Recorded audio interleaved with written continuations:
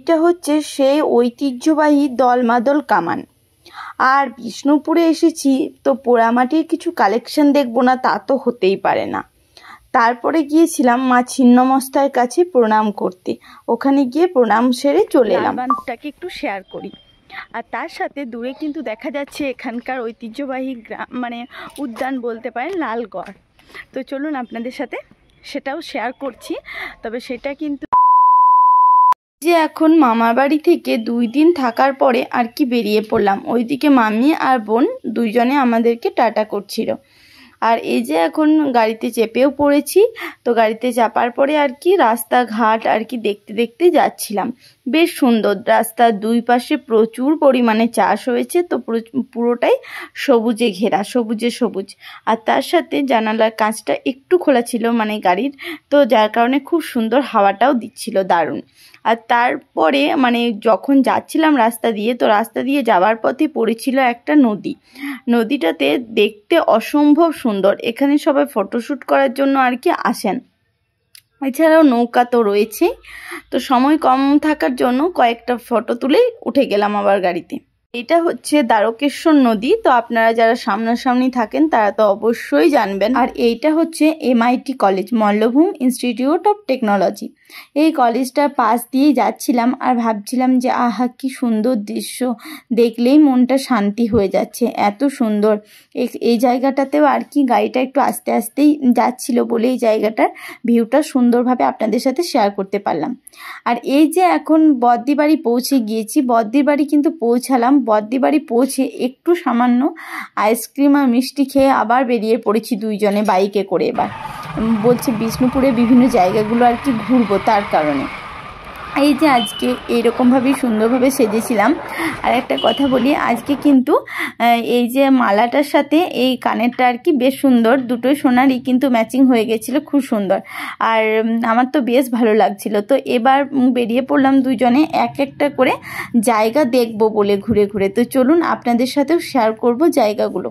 সবগুলো জায়গায় মোটামুটি তো সবগুলো তো আর ঘোরা সম্ভব হবে না, তবে যেটুকু ঘুরবো সেটুকু তো অবশ্যই শেয়ার করবো। তার কারণে দুপুর বেরিয়েছিলাম। বিষ্ণুপুরে এসেছি আর বিষ্ণুপুরের সমস্ত কিছুই আপনাদের সাথে যতটা পারবো শেয়ার করার চেষ্টা করব। তার কারণে দিদি বাড়ি থেকে কিন্তু দুপুরবেলায় একটু কিছু খাওয়া দাওয়া করার পরে বেরিয়ে পড়েছিলাম। সেটা আপনাদের সাথে তো বাড়িতে তেমনভাবে বলা হয়নি, তাই ভাবলাম এখন একটু শেয়ার করে দিই।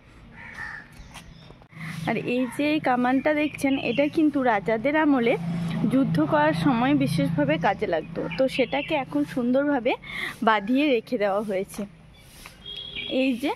আর এটা কিন্তু উপরেই রয়েছে একটা সুন্দর আম গাছ। আর অ্যাম্বিয়েন্সটা কিন্তু এখানকার দারুণ লাগছে, একটা গাছের নিচে এই জায়গাটা। দেখুন এই যে দলমাদলটাকে সুন্দরভাবে বাঁধিয়ে রাখা হয়েছে। আর এটা কিন্তু হয়েছে আপনার 1919 সালে ওয়েস্ট বেঙ্গলে গভর্নমেন্ট এটাকে কিন্তু করে দিয়েছেন। তো যাই দেখ, এটা আপনাদের সাথে শেয়ার করে দিলাম যাতে আপনাদের বোঝার সুবিধা হয়। এখানে এই যে দলমাদল কামান সম্বন্ধে বিশেষ কিছু কথা লেখা ছিল আর কি, এগুলোই দেখাচ্ছিলাম। আপনারা তো সকলেই জানেন যে বিষ্ণুপুরে পোড়ামাটির কাজের জন্য বিখ্যাত। আর আমার দিদি ভাইয়ের বাড়ি যেহেতু প্রপার আর কি বিষ্ণুপুরেই, তো যার কারণে ওখানে এসেছি। আর কিছু পোড়ামাটির কালেকশন না দেখে গেলে কি আর হয়। এখানে সমস্ত কিছু ছিল, ছোট ছোট মূর্তি থেকে বিরাট বড় মূর্তি, তার সাথে জল রাখার জন্য বোতল, জলের জগ, কাপ, বাটি, গ্লাস, সমস্ত কিছু আর কি মাটির তৈরি এখানে সুন্দরভাবে সাজানো ছিল। এখন ওই জিনিসগুলো দেখার পর মানে মাটির জিনিসগুলো দেখার পর মনস্থির করলাম সেখান থেকে এসেও কিছু নেব, কিন্তু সেটা ভাবলাম মন্দিরে প্রথমে প্রণাম করে আসি। তারপরে আমরা দুজনে গিয়েছিলাম আর কি মা ছিন্নমস্তার মন্দিরে। এখানকার জায়গাগুলো যদিও আমার প্রথমবার হলেও বর কিন্তু অনেকবার এসেছে, তাই ওর কিন্তু এই জায়গাগুলো মোটামুটি সবগুলোই নখদর্পণে। বদ্দির বাড়ি অনেকবার এসেছে, অনেক দিন থেকেছে, যার কারণে মোটামুটি তার সবটাই জানা। যাই হোক, এখন আমাকেও পুরোটা ঘোরাতে পারছে, এই কারণে ওরও ভালো লাগছে। আর আমার তো ঘুরে প্রচণ্ড পরিমাণে ভালো লাগছে। বিষ্ণুপুরের কথা আমি আগেও অনেকবার শুনেছি, কিন্তু জায়গাটা সত্যিই খুব সুন্দর। এই যে দেখতেই পাচ্ছেন রাম মঞ্চ রয়েছে, মদন মোহন রয়েছে, মীরময়ী, লালগড়, আর কি দলমাদল কামান। এখানে আর কি যে সমস্ত জায়গাগুলো আর কি দেখার মতো জায়গা, সেই জায়গাগুলো প্রত্যেকটাই একটা পোস্টারের মধ্যে দেওয়া রয়েছে। তো ভাবছি প্রত্যেকটাই যাওয়ার চেষ্টা করব। আর বড় বলেছে যে হ্যাঁ এগুলো সমস্তগুলোই আস্তে আস্তে চলো তোমাকে দেখি কতগুলো ঘোরানো যায়, ঘুরিয়ে দেখানোর চেষ্টা করবো। আবার কবে আসা হবে তার তো কোনো ঠিক নেই। তো যার কারণে এই যে দেখতে পাচ্ছেন এগুলো সর্বমঙ্গলা মন্দির। লাল বাঁধটা যখন এলাম, আসার সময় একটু দেখে এলাম, তো যদিও তখনকারটার কোনো ভিডিও করা হয়নি। তো যাই হোক, আমি নিজের চোখে তো দেখেছি, এটাই বেশ লাগছে। এটা হচ্ছে জোড়বাংলা। জোড়বাংলাটাও পরে গিয়েছিলাম, অনেকগুলোই গিয়েছি। চলুন আপনাদের সাথে আস্তে আস্তে সবগুলোই শেয়ার করব। যেমনটা ছবিতে দেখতে পাচ্ছেন, আশ্চর্য কথা হচ্ছে সেই রকমটাই, সেম টু সেম একেবারে, কিন্তু অরিজিনালিও দেখতে সেই রকমটাই।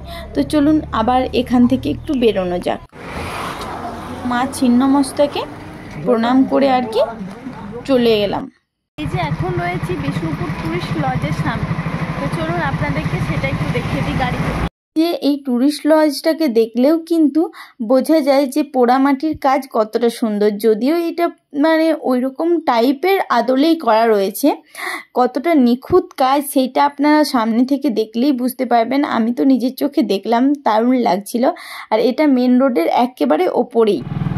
পর ওখান থেকে গিয়েছিলাম আর কি বিষ্ণুপুর কলেজে। তো বিষ্ণুপুর কলেজটাকেও বাইরে থেকে একটু দেখে নিলাম। বিষ্ণুপুর হচ্ছে রামানন্দ কলেজ। তো এই যে কলেজটা যথেষ্ট সুন্দর, তবে ভেতরে আর যাইনি, কারণ কি বাকি জায়গাগুলোও তো যেতে হবে, ওই কারণে ভেতরে ঢুকিনি। এরপর আমরা চললাম এখন লালবাঁধ।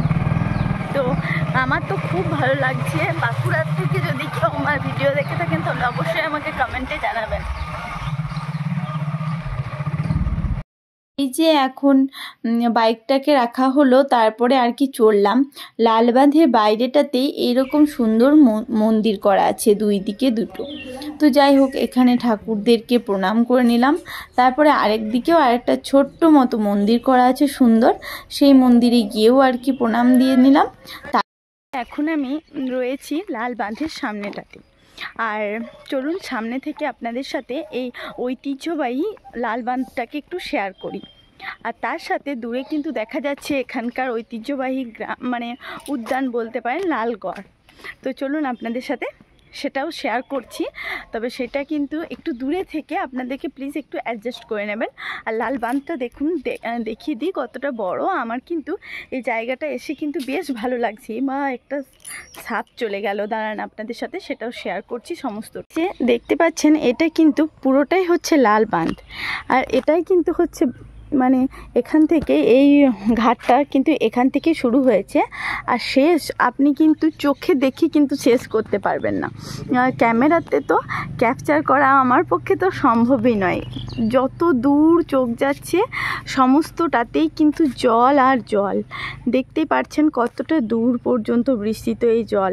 কোথায় যে শেষ এই দিকটা থেকে কিন্তু বোঝাটার কোনো উপায় নেই, দেখতেই পাচ্ছেন আপনারা। তো এখানে কে কে এসেছেন সেটা আমাকে অবশ্যই একটু কমেন্টের মাধ্যমে জানাবেন প্লিজ, যদি কেউ এসে থাকেন। ওই যে দূরে দেখা যাচ্ছে একটা চূড়া, সেটা আপনারা ক্যামেরাতে কতটা বুঝতে পারছেন তা আমি নিজেই বুঝতে পারছি না। ওই যে চূড়াটা, দাঁড়ান, আর আমার ক্যামেরাটা, হ্যাঁ এইবারে হয়তো অনেকটাই আপনাদের কাছে ফোকাস হতে পারে। ওই যে চূড়াটা দেখা যাচ্ছে, এটা হচ্ছে লালগড়।